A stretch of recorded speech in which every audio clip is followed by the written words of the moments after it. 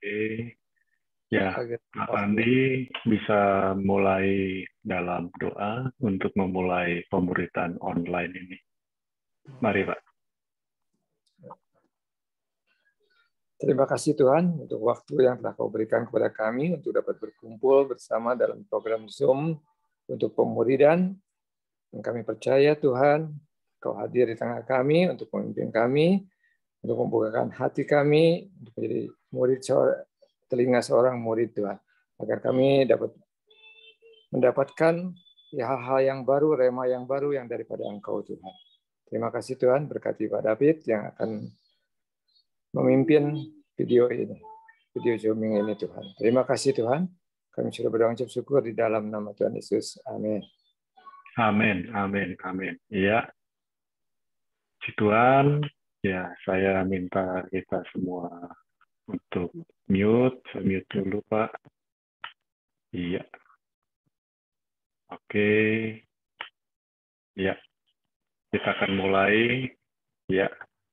Nah, malam ini saya akan sharing tentang Tuhan adalah gembalaku, ya. Saya cek dulu, mungkin di HP ada yang kontak, ada yang minta atau apa. Oke, sudah. Ya, Mazmur 23. Ya. Ditulis di sini, Tuhan gembalaku yang baik.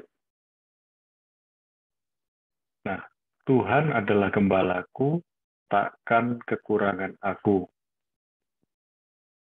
Ia membaringkan aku di padang yang berumput hijau. Ia membimbing aku ke air yang tenang. Walaupun saya sudah baca ini berulang kali, tapi saya menikmatinya. Ya, Pak tadi bisa dengar suara saya? Bisa dengar ya suaranya?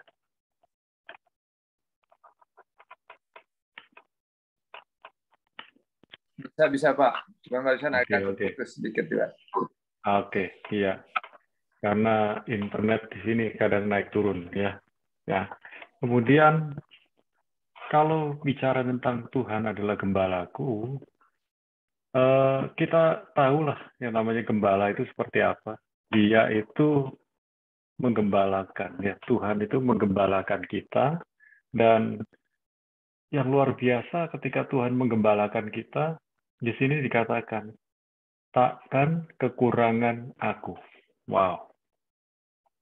Ya nanti kita bisa saling sharing. Nah, dibilang takkan kekurangan aku dalam bahasa Inggrisnya, Tuhan adalah gembalaku, aku tidak perlu apa-apa lagi. Aku tidak menginginkan apa-apa lagi. Berarti kalau kita percaya Tuhan adalah gembala kita, segala keperluan kebutuhan kita sudah tercukupi, terpenuhi. Nah, pertanyaannya mengapa kita sampai merasa kekurangan? Nah, itu dia. Mengapa kekurangan? Ini yang bisa jadi pertanyaan. Ya. Ayat yang ketiga, ia menyegarkan jiwaku, ia menuntun aku di jalan yang benar.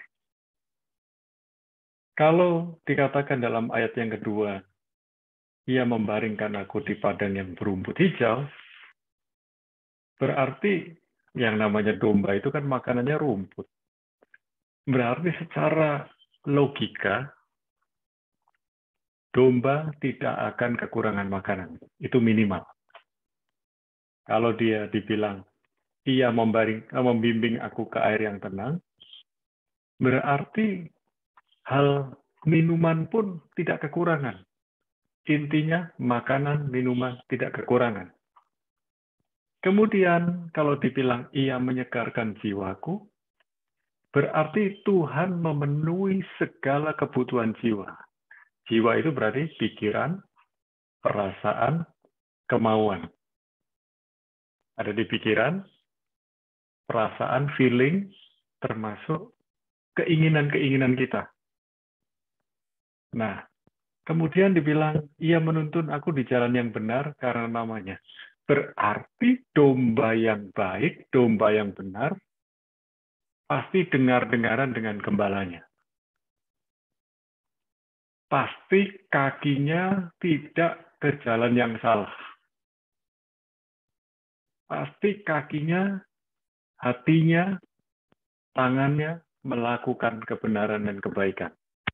Tadi dibilang kan, ia menyegarkan jiwaku, berarti pikiran, perasaannya, kemauan, keinginannya terpenuhi. Orang kalau sudah terpenuhi jiwanya, kebutuhan jiwanya, dia sudah nggak perlu yang lain-lain lagi. Ini yang sedang saya soroti, saya sedang perhatikan. Banyak orang pingin kaya, pingin punya banyak harta. Tapi 10 besar orang terkaya di dunia. Di antara mereka yang keluarganya utuh siapa? Rata-rata kawin cerai. Uangnya banyak, bisa beli apa saja, tapi rupanya kepuasan jiwanya nggak terpenuhi. Sampai-sampai punya istri pun, punya suami pun, merasa sudah nggak seperti suami istri. Seperti teman aja. Nah ini kan bahaya. Ternyata di antara pasangan-pasangan itu ada pasangan muda yang masih rukun. Ya saya bilang masih rukun karena sampai hari ini keluarganya masih rukun. Ya, kalau yang dibilang yang pendiri Facebook itu sekarang ganti nama jadi Meta, ini keluarganya rukun. Suami istri rukun. Mereka hidup sederhana di antara kalangan orang-orang terkaya di dunia.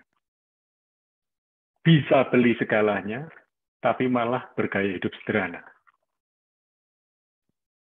Dan di saat kelahiran anaknya, apa yang dilakukan? Yang dilakukan adalah memberikan saham mereka sebagian besar kepada sosial, bukan untuk diri sendiri. Nah, kita lihat yang ayat yang keempat. Ini yang seringkali ditakuti manusia. Sekalipun aku berjalan dalam lembah kekelaman. Lembah kekelaman artinya lembah yang gelap. Di dalam bahasa yang lain dibilang lembah bayang-bayang maut. Sekalipun aku melewati masa-masa gelap. Sekalipun aku melewati masa-masa yang kelam. Sekalipun aku melewati jalan-jalan yang tidak aku ketahui. Jalan Tuhan seringkali kita nggak tahu. Tapi begitu kita melihat ada petunjuk jalan yang benar, dan kita selalu mengikuti, kita pikir kita yang jalan sendirian. Tetapi yang luar biasa, Tuhan yang menggendong kita rupanya. Di dalam lembah kekelaman, Tuhan yang menggendong kita. Kita ingat lagu lama, itu Mbah siapa itu ya? Tak gendong kemana-mana. Jadi, di dalam lembah kekelaman, gembala kita itu yang menggendong kita. Di dalam lembah kekelaman, Tuhan yang ada di depan kita. Sehingga Tuhan berkata, sekalipun aku berjalan dalam kekelaman, Pemazmur berkata begini, aku tidak takut bahaya, sebab engkau besertaku. Penyertaan Tuhan itu salah satunya lewat tuntunan Tuhan, di mana Tuhan yang ada di depan kita. Keluaran 14 ayat 14 bilang, Keluaran 14 ayat 14 bilang begini, Tuhan yang berperang ganti kita. Kita cukup diam saja. Tuhan yang ada di depan, kita yang ada di belakang. Kita pikir ya, beserta Tuhan yang menyertai kita itu, kita yang ada di depan, Tuhan yang di belakang kita. Enggak. Tuhan yang ada di depan kita, atau Tuhan yang menggendong kita, Tuhan yang melindungi kita. Sebab ayat berikutnya bilang begini. Gadamu dan tongkatmu itulah yang menghibur aku. Gada itu untuk menghalau musuh. Gadanya Tuhan itu untuk menghalau musuh. Jadi gembala itu kan tugasnya ada di depan. Nah, kalau pola pikir kita kan gembala itu kan ada di belakang. Itu gembala bebek. Kalau gembala domba di Timur Tengah ada di depan. Dan dalam Yohanes 10 dibilang, domba-domba mengenal suara gembalanya. Nah, ini yang kita harus tahu. Gada itu melindungi. Jadi tugasnya gembala itu bawa gada. Bawa pentung untuk menghalau serigala. Serigala kalau mau menyerang, serang aja. Pokok begitu menyerang, pentung, pukul. Pasti pecah kepalanya. Ya. Nah, tongkat. Orang pikir yang namanya tongkat itu seperti begini. Ini tongkat. Ini tongkat lurus. Tapi yang namanya tongkat gembala itu ujungnya itu ada lengkungan. Untuk melengkung di lehernya domba. Untuk tarik. Tuhan itu hebat. Dan tongkat itu panjangnya bisa lebih dari 2 meter. Domba seringkali nggak mendengar suara gembalanya. Bagaimana caranya? Ditariklah lehernya untuk kembali ke dalam rombongan. Domba itu matanya kurang jelas, tapi karena matanya kurang jelas, dia belajar untuk mendengar. Dalam kehidupan kita sebagai manusia, mata kita, mata jasmani kita seringkali terpengaruh akan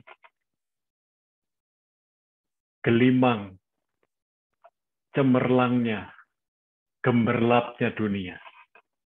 Mata kita ini seringkali teralihkan. Tapi Tuhan itu baik. Dia mau menegur kita. Dia mau panggil kita. Dia mau undang kita. Nah, saudara, sehingga ayat yang kelima, ini yang terjadi. Engkau menyediakan hidangan bagiku di hadapan lawanku. Kita nggak berharap kita punya musuh, kan? Kita selalu berharap hidup damai.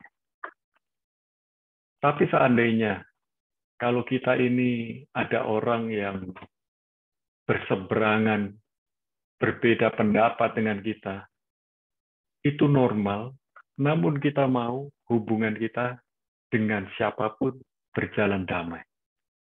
Nah, Tuhan menyediakan hidangan di hadapan lawan kita, artinya sudah kita ini tidak perlu melakukan pembalasan kepada lawan kita. Bahkan yang menjadi lawan kita, yang menjadi seteru kita, malah makin iri melihat kehidupan kita. Mengapa? Mereka melihat kita ini tenang, kita hidup makmur, kita berjalan dalam tuntunan Tuhan, mereka malah melihat kita menikmati berkat Tuhan. Mereka akan makin iri. Saudara, pembelaan yang datang dari Tuhan jauh lebih hebat daripada pembelaan kita sendiri.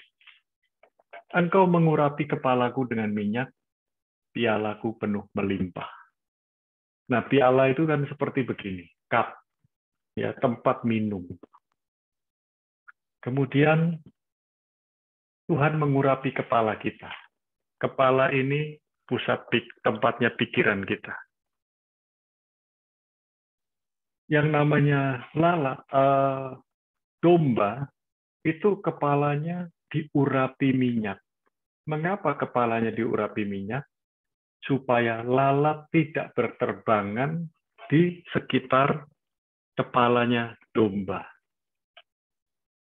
Nah, kalau yang namanya lalat itu terbang di sekelilingnya domba, itu membuat domba itu bingung.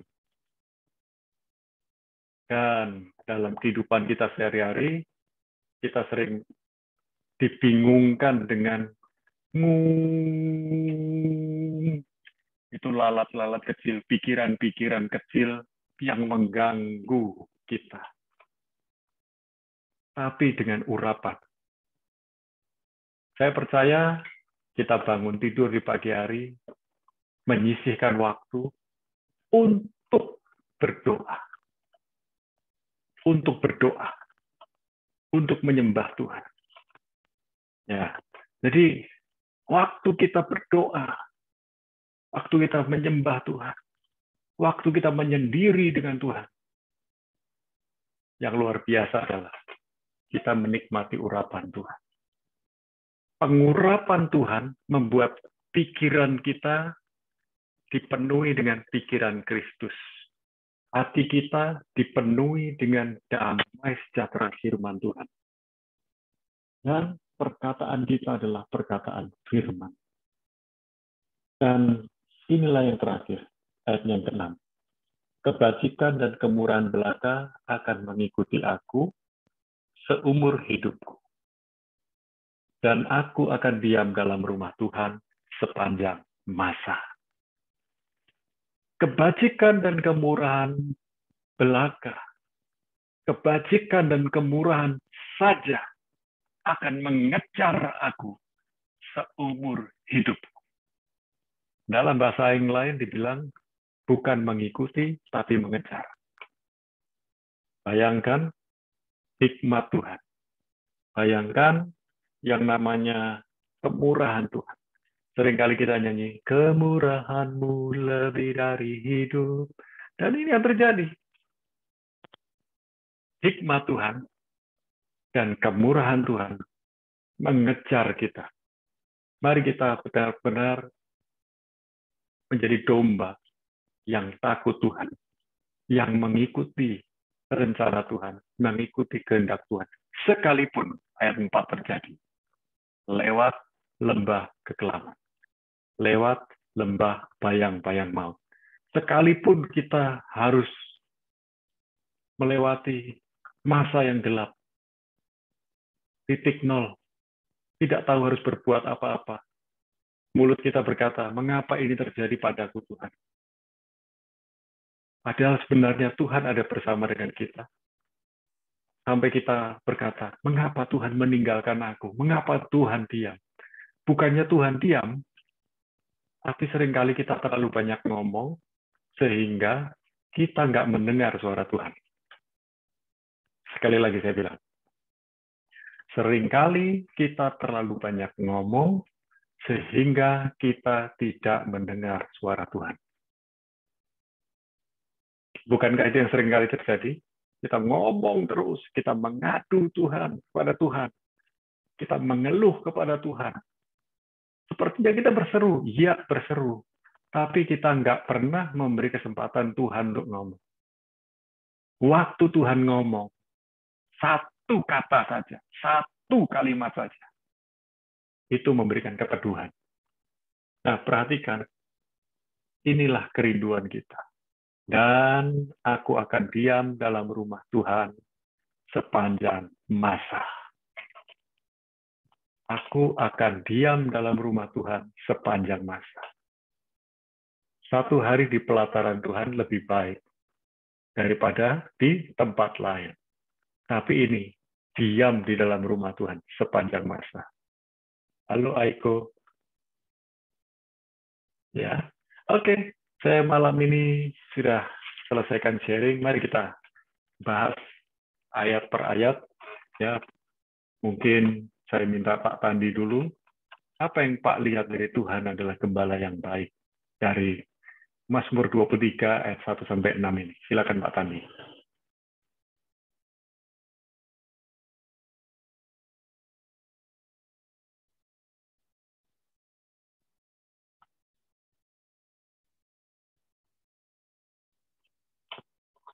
Yang lain nanti Pak Markus dan Bu Marta bersiap. Mari Pak.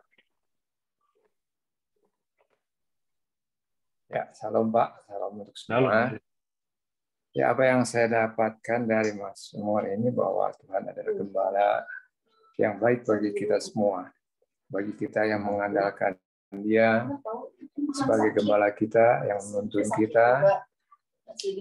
Memang tidak semudah yang kita dengar, yang kita baca, untuk melewati lembah kekelaman.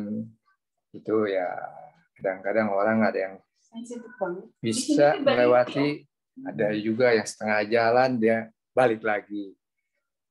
Ya hal-hal seperti yang demikian ini sebenarnya yang kita harus mengerti juga gembala itu apa. Yang tadi yang menuntun kita untuk ke jalan yang ke tempat rumput yang hijau. Itu udah dipastikan. Itu kadang-kadang kita nggak yakin. Kita merasa nggak cukup yang Bapak bilang tadi. Karena keinginan daging kita yang kuat. Karena kalau kita sudah berserah kepada gembala kita, itu keinginan-keinginan itu ya bukan nggak ada ya, ada tapi akan terkalahkan oleh kepuasan kita di dalam kehidupan ini bersama Tuhan. Ya saya juga dulu punya teman, saya ada orang Jogja, orang Jawa, dia seorang profesional sukses di Jakarta. Cuman dia nggak mau, dia orang Katolik, nggak mau ke gereja. Dia bilang ke istrinya, tolong urusin kebutuhan apa, itu bagian saya. Bagian kamu berdoa sana. Kalau saya cari duit aja. Begini ngomong.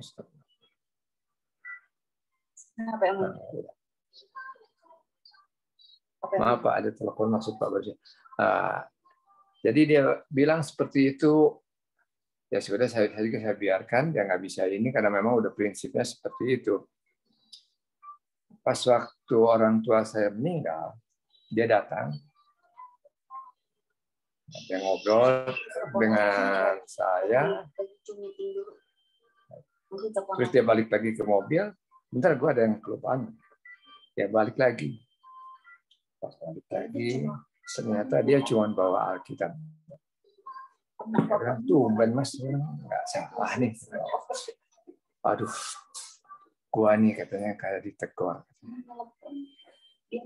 Di dalam hati saya ada relung yang tidak bisa diisi oleh apapun juga selain daripada membaca Alkitab. Luar biasa sekali. Jadi memang dulu dia nguber-nguber untuk kebutuhan daging dia, karena dia tidak mengandalkan Tuhan. Tapi setelah dia mendapatkan berkat dari Tuhan, bahwa dengan melalui Alkitab mengikuti Tuhan, semua dicukupkan. Ya puji Tuhan sih, tapi sayang ya terakhir saya telepon dia udah meninggal. Cuman kehidupannya berangsur tenang dan baik. Jadi memang suatu hal yang kita harus yakini bahwa gembala kita ini sudah menyediakan sesuatu yang kita butuhkan. Kita harus yakin dulu iman kita. Kalau enggak ya tetap akan tahu yang banyak nanti yang lalat-lalat itu loh Pak, yang kecil mengganggu kita, inilah supaya iman kita goyah dan sebagainya. Hal-hal yang nggak gampang, memang kayak kecil Pak, tapi mengganggu, sangat mengganggu. Ya mungkin saya sendiri waktu pertama pindah ke Jakarta itu saya bingung karena saya nggak ada kerjaan, nggak ada apa, biasa kerja nggak enak juga gitu. Ya bingung, ketemu teman juga nggak enak, mau gimana Pak? Serba salah gitu Pak. Ya walaupun ya kita ke gereja tapi serba bingung. Tapi ya yakin-yakin aja gitu. Ini mungkin Tuhan yang terbaik walaupun nggak nyaman. Saya terus terang aja nggak nyaman karena saya nggak biasa diam tinggal begini gitu. Tapi dengan saya berserah kepada Tuhan sebagai gembala, semuanya akan baik-baik saja dan kita kunci pikiran kita di sana.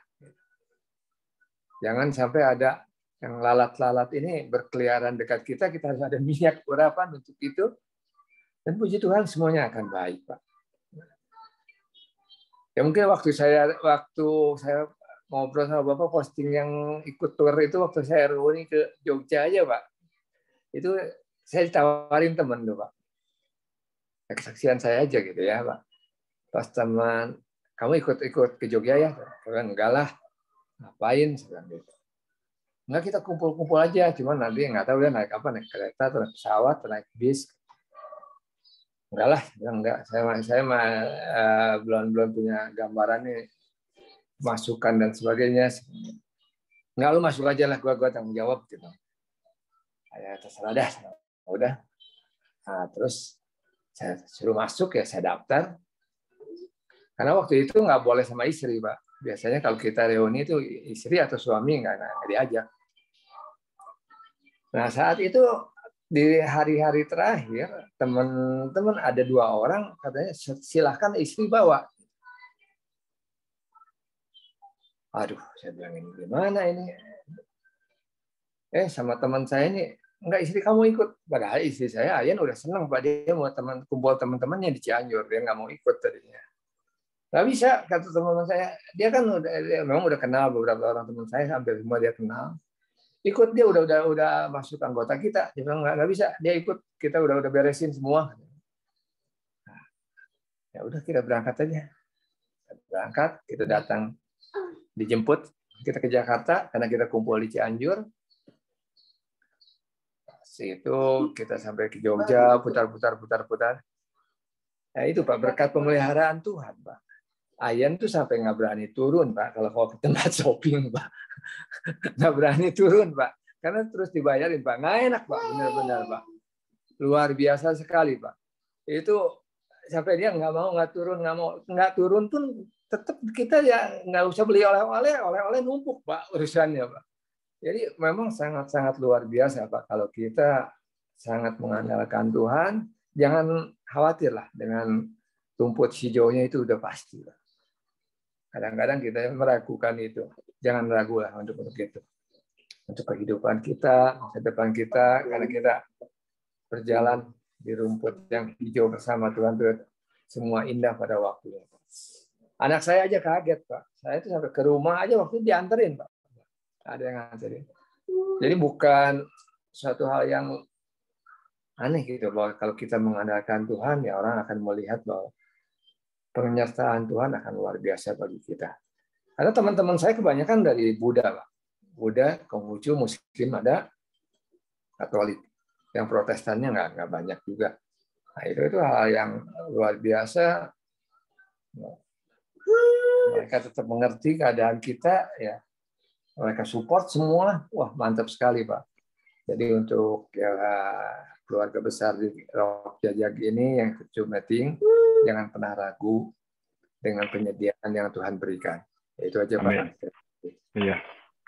Ya, rekan-rekan yang bersama kita, Pak Markus dan Bu Marta, satu kali saya masih melayani dan tinggal di Bondowoso, Pak Tandi ini pernah nyetir bersama saya menuju ke Jajak. Ya mungkin Bapak Ibu ingat ya. Jadi pas ibadah pagi saya bersama dengan Pak Tandi. Ya. Nah, saya minta bagaimana pendapat Pak Tandi tadi. Yaitu yang namanya Tuhan adalah gembalaku, takkan kekurangan aku. Ya. Kenapa orang bisa kekurangan?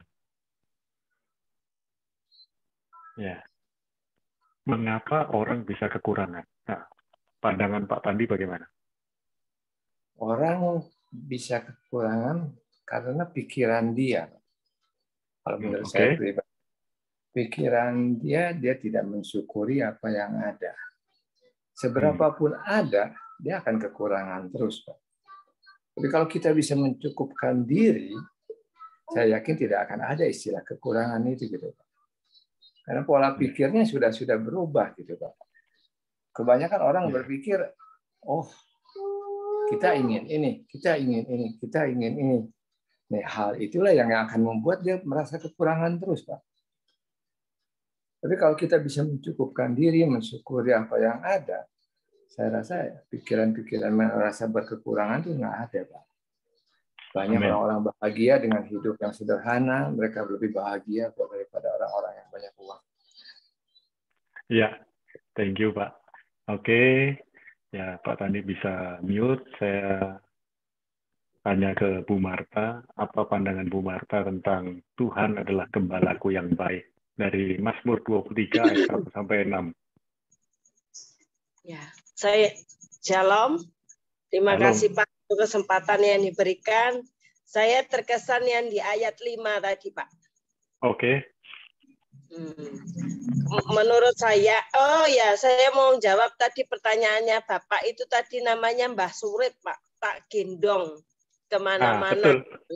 Betul. Iya.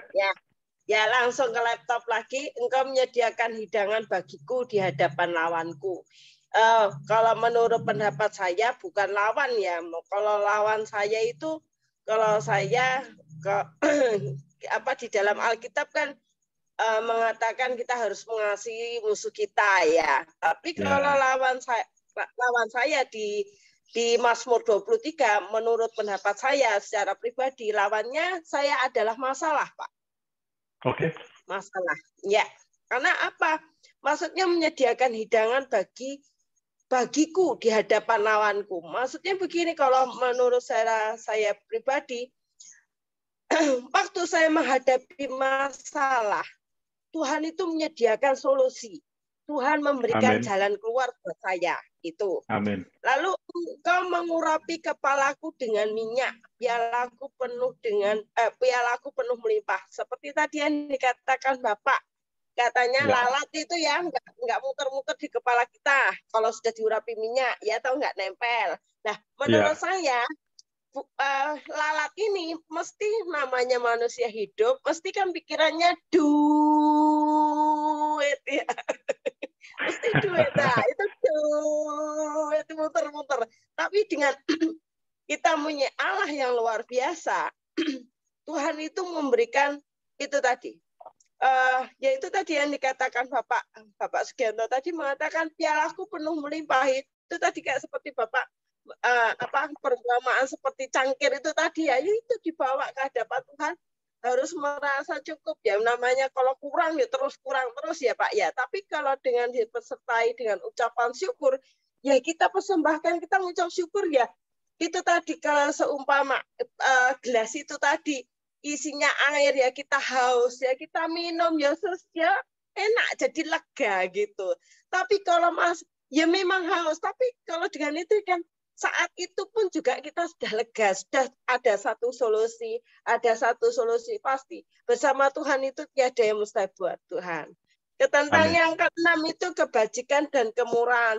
Itu pun kalau saya pribadi punya pengalaman, kalau saya nagih ke tempat lain, waktu saya keluar dari toko saya, waktu saya mau berangkat, saya percaya, saya terus perkatakan ini sampai saya ketik ya Pak ya. Bukan jimat atau apa, tapi bagi saya itu sebagai kekuatan. Kadang-kala namanya masalah, problem itu kan membuat kita jadi ciut, jadi kadang-kala intimidasi dari iblis itu terus membuat kita lemah. Aduh, jadi seperti itu tadi, lalat yang berputar-putar itu tadi. Tapi memperkatakan ini dengan apa seperti ayat Mazmur 23 ini menjadi kekuatan kita gitu. Lah, di ayat 6 kebajikan dan kemurahan ini benar terjadi. Saya ucapkan yes, bagi orang-orang ya, kalau dunia dagang katanya hari Selasa itu jangan nagih, kamu pasti nggak dapet. Karena itu ilah-ilahnya kalau orang-orang sana itu kalau hari Selasa itu tidak boleh nagih, nanti kamu nggak dapat apa-apa. Tapi hari itu saya terjang, terus aku butuh Tuhan, aku butuh buat setoran, tapi aku percaya Tuhan, kebajikan dan kemurahan itu saya nyiung-nyiung lalat itu tadi saya tindas dah dalam nama Tuhan Yesus. Kebajikan dan kemurahan selalu mengikuti aku. Benar, saya berangkat dalam nama Yesus. Nah itu tadi dibawa dalam doa dulu, itu mengurapi ya, Tuhan mengurapi dan menyediakan, itu Tuhan sudah memberikan hikmat. Kamu pergi ke arah ini, kamu pergi ke arah ini, akhirnya puji Tuhan, nah kebajikan dan kemurahan tuh akhirnya mengikuti, ya dapat, ya itu tadi puji Tuhan ya, ada ucapan syukur ya. Memang Mazmur 23, wow, luar biasa, maknanya luar biasa. Ya. Kita Pak. Nah, saya mau tanya ke Bu Marta.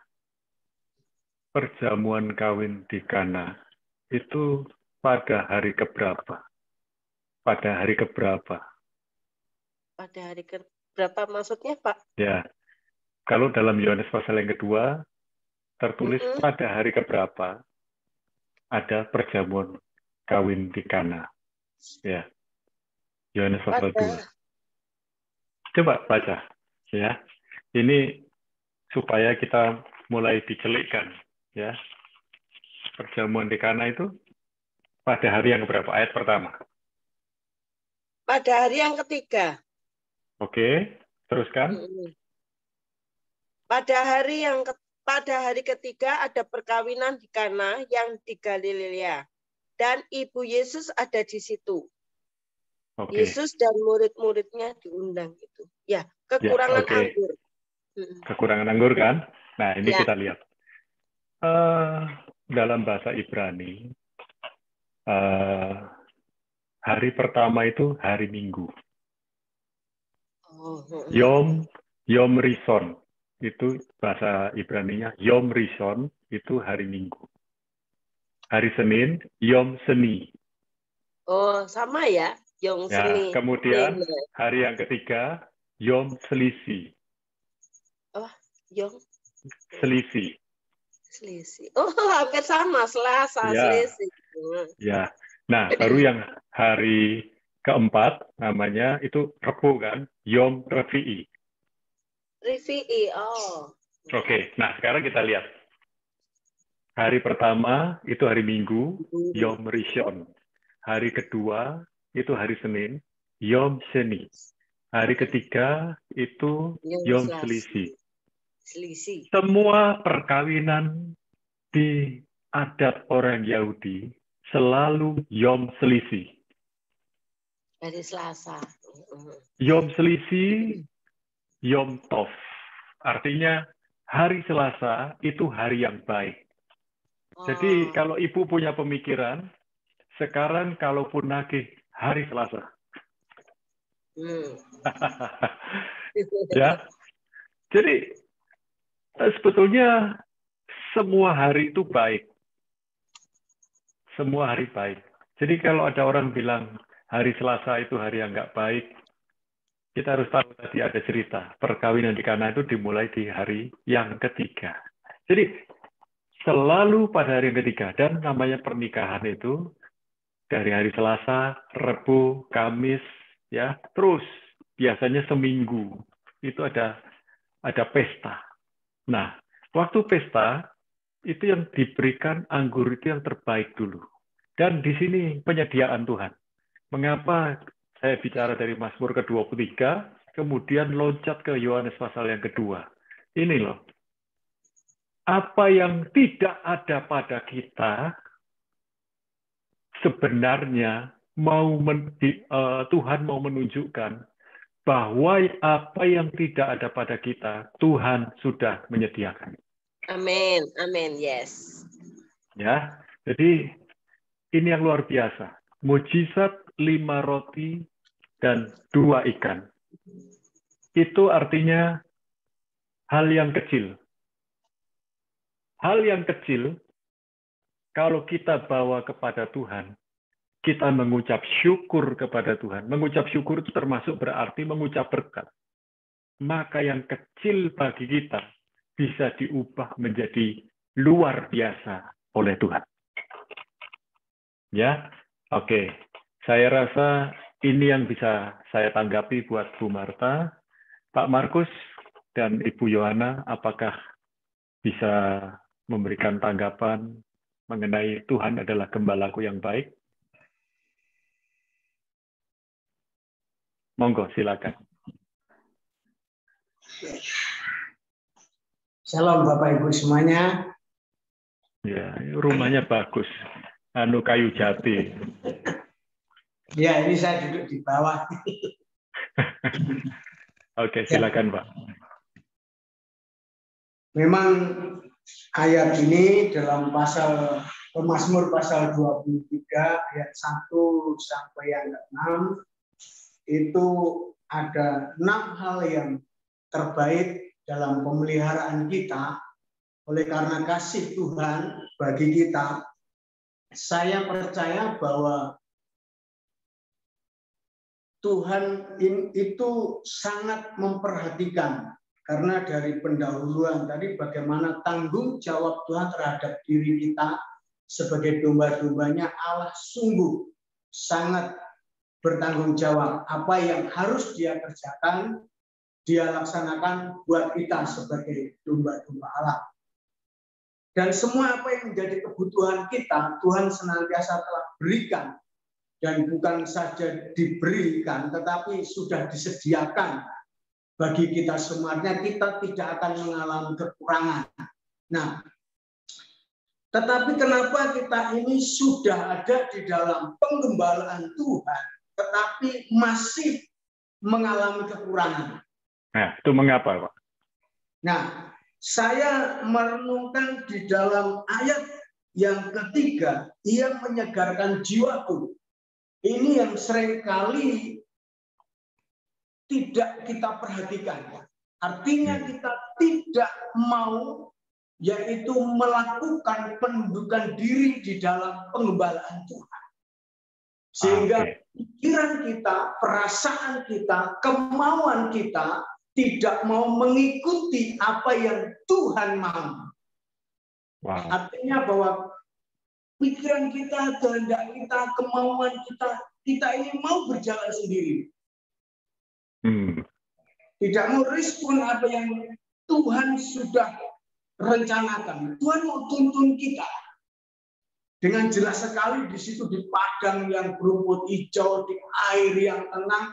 Cuman karena pikiran kita tidak mau tunduk akan otoritas, makanya kita ini sering mengalami kekurangan. Nah, kekurangan mungkin kekurangan hikmat, sehingga apa yang kita lakukan ya tidak sesuai dengan hikmat Tuhan. Maunya kemauan sendiri, mau saya seperti ini, kehendak saya seperti ini, pikiran saya, menurut saya dan saya seperti ini. Nah, akhirnya song ya. Kosong, tidak bisa menguntungkan apa-apa. Ini penyebab kekurangan kita di dalam pengembalaan Tuhan. Ya. Ini saya belajar untuk meresponi ini, memang untuk mengalami pendudukan diri ini tidak gampang. Kenapa saya katakan demikian? Ini perlu mental yang kuat. Saya ngomong di depan Bapak Ibu semua. Terlebih di depan Pak David sebagai pemimpin saya, sebatas apa, sebesar apa pendudukan saya. Jadi ini penting sekali. Saya percaya ketika jiwa kita mengalami penyegaran dari Tuhan, sehingga kita mau takluk tunduk apa yang Tuhan mau, apa yang Tuhan kehendaki, saya percaya apa yang kita butuhkan Tuhan pasti cukupi. Ya. Mantap. Ketika Pak David bilang ya masa pandemi, sampean atau kamu Pak Markus bisa menikmati berkat Tuhan. Ya, tidak saya katakan wujudnya, tapi Pak David tahu, Bu Marta tahu, masa-masa pandemi yang lain mengalami kolap, tapi saya selalu bersyukur. Saya bisa tidur nyenyak.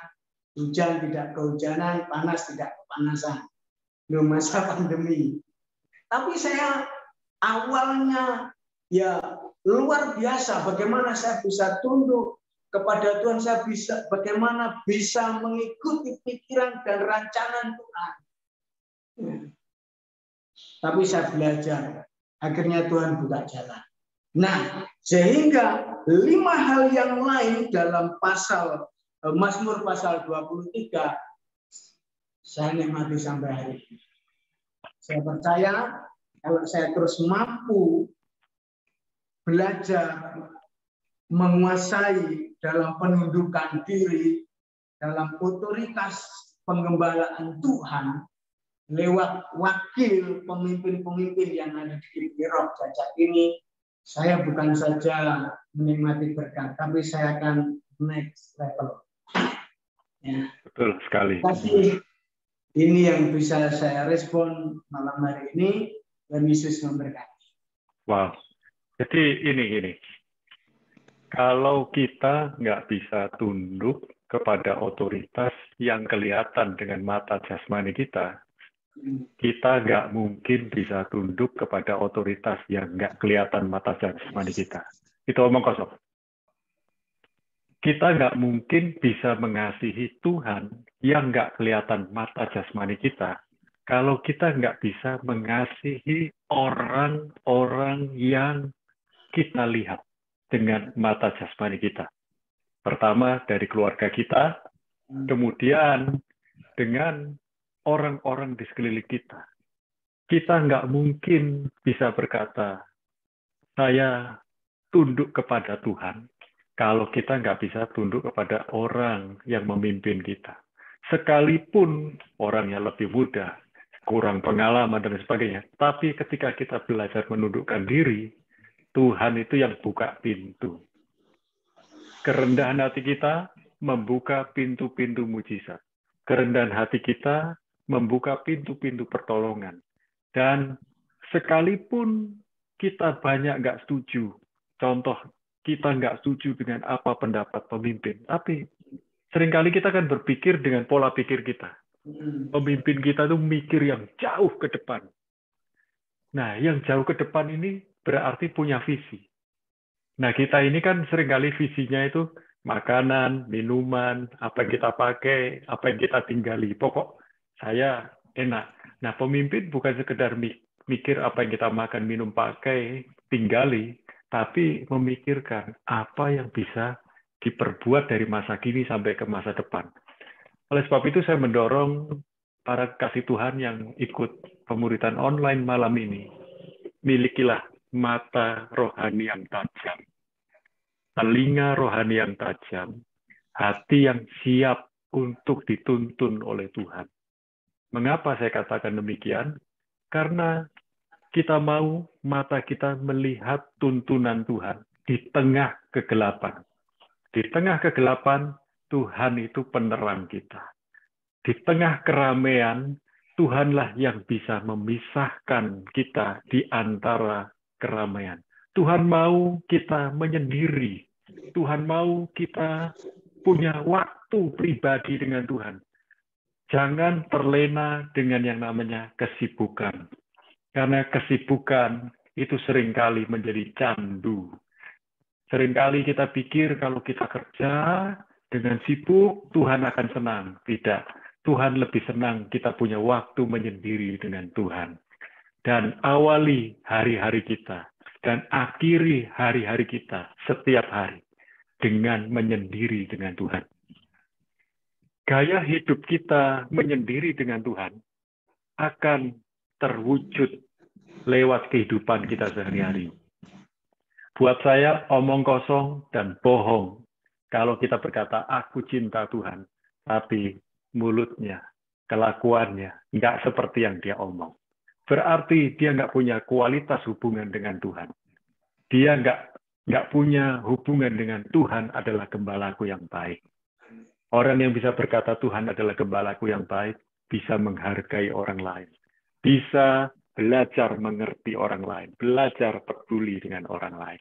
Kesimpulannya malam ini, buat kita semua, waktu kita mengaku Tuhan adalah gembalaku yang baik, ujiannya adalah di saat kita lewat lembah kekelaman, di saat kita lewat lembah bayang-bayang maut, di saat kita merasa Tuhan meninggalkan kita, di saat kita berkata, mengapa ini terjadi padaku? Di saat kita mulai merasa, aku sendirian. Padahal sebenarnya kita nggak pernah sendirian.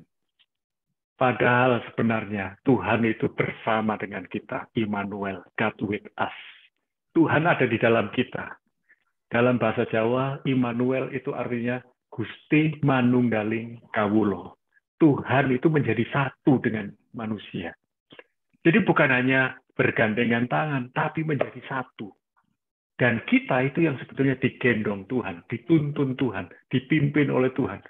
Nah, seringkali yang membuat kita gagal adalah kita itu pengen mimpin Tuhan. Kita yang mau ngatur Tuhan.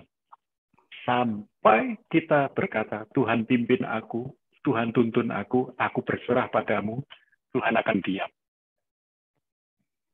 Tuhan akan biarkan kita ngomong terus sampai capek, sampai lelah. Dan Tuhan itu akan menguatkan kita. Waktu kita berkata, Tuhan, aku lemah. Tuhan, aku tidak mampu. Tuhan yang mampukan. Tuhan, aku orang biasa. Tuhan itu menjadi luar biasa dalam kehidupan kita. Seringkali kita meremehkan Tuhan. Seringkali kita ini merasa kita kuat. Nah, mari kita belajar malam ini. Rendahkan hati kita untuk dipimpin oleh Tuhan dan wakilnya di bumi ini. Kalau kita suka ngomongin pemerintah, berarti kita nggak setuju dengan Tuhan yang memberikan pemerintahan buat kita.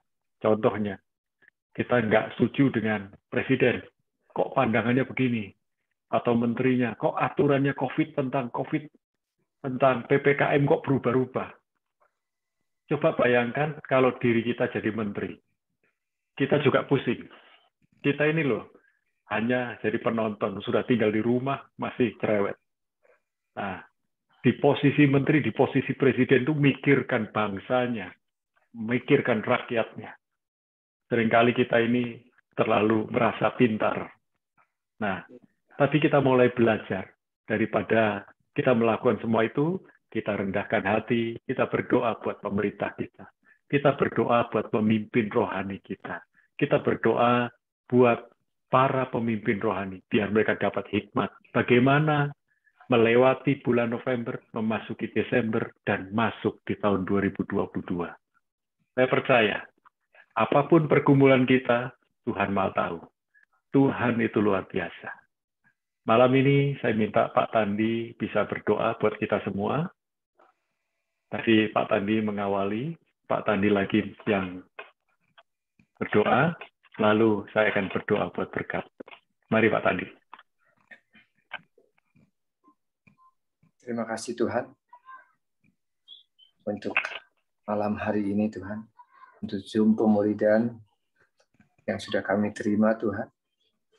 Kami sangat bersyukur mendapat pemahaman yang baru yang dari Engkau Tuhan. Agar kami dapat terus bertaut kepadamu Tuhan. Agar kami layak untuk menjadi domba-dombamu Tuhan. Untuk menikmati rumput-rumput hijau yang sudah Kau sediakan Tuhan. Amin. Dan juga memberikan kekuatan kepada kami untuk melewati semua lembah kekelaman. Agar kami dapat sampai dengan baik Tuhan. Terima kasih Tuhan. Berkati Pak David dan teman-teman semua yang sudah mewarnai Zooming ini menjadi lebih menarik, lebih baik lagi. Terima kasih Tuhan. Kami menyerahkan semuanya ini ke dalam tangan-Mu. Kami juga berdoa untuk keadaan masyarakat kami di tengah pandemi ini. Kami percaya Tuhan Kau jemput tangan untuk negara kami Indonesia Tuhan. Amin. Agar pandemi ini cepat berlalu Tuhan. Dan kami Amin. yakin dan percaya dengan kuasa-Mu, pandemi ini akan berubah menjadi endemi. Terima kasih Tuhan. Terima kasih Tuhan. Buka hati pemimpin kami, baik Dalam nama Yesus. pemerintah Jokowi sebagai presiden dan juga jajaran-jajarannya semuanya Kau berkati, berikan roh takut akan Engkau dan berikan hikmat-hikmat yang daripada Engkau Tuhan. Dan juga untuk gembala-gembala senior kami, baik Pak Arifin dan timnya semua Tuhan berikan hikmat untuk hari bulan November, Desember maupun menyambut tahun 2022 menjadi lebih baik dan lebih baik lagi Tuhan. Amin. Terima kasih Tuhan. Kami berdoa syukur di dalam nama Tuhan Yesus. Amin. Mari kita buka kedua tangan kita. Khusus buat Aiko, kami minta mujizat-Mu selalu berlaku ya Tuhan. Amin.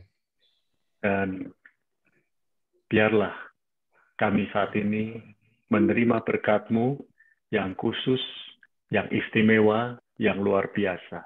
Di dalam Amin. nama Bapa, Putra, dan Roh Kudus di dalam nama Yesus. Yang sudah menerima berkat Tuhan, katakan bersama. Amin. Amin. Ya, sebentar, ayo foto bersama. Iya, tunggu ya. Oke, sebentar. Saya buat galeri. Iya, sebentar. Oke.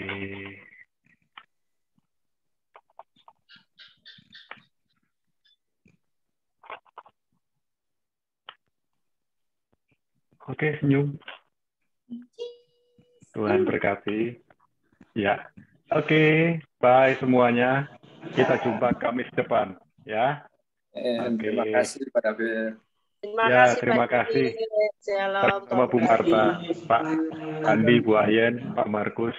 Ya, sehat semuanya. Tuhan berkati. Amin. Ya, bye Aiko. Bye-bye. Iya. Video terus ngomong.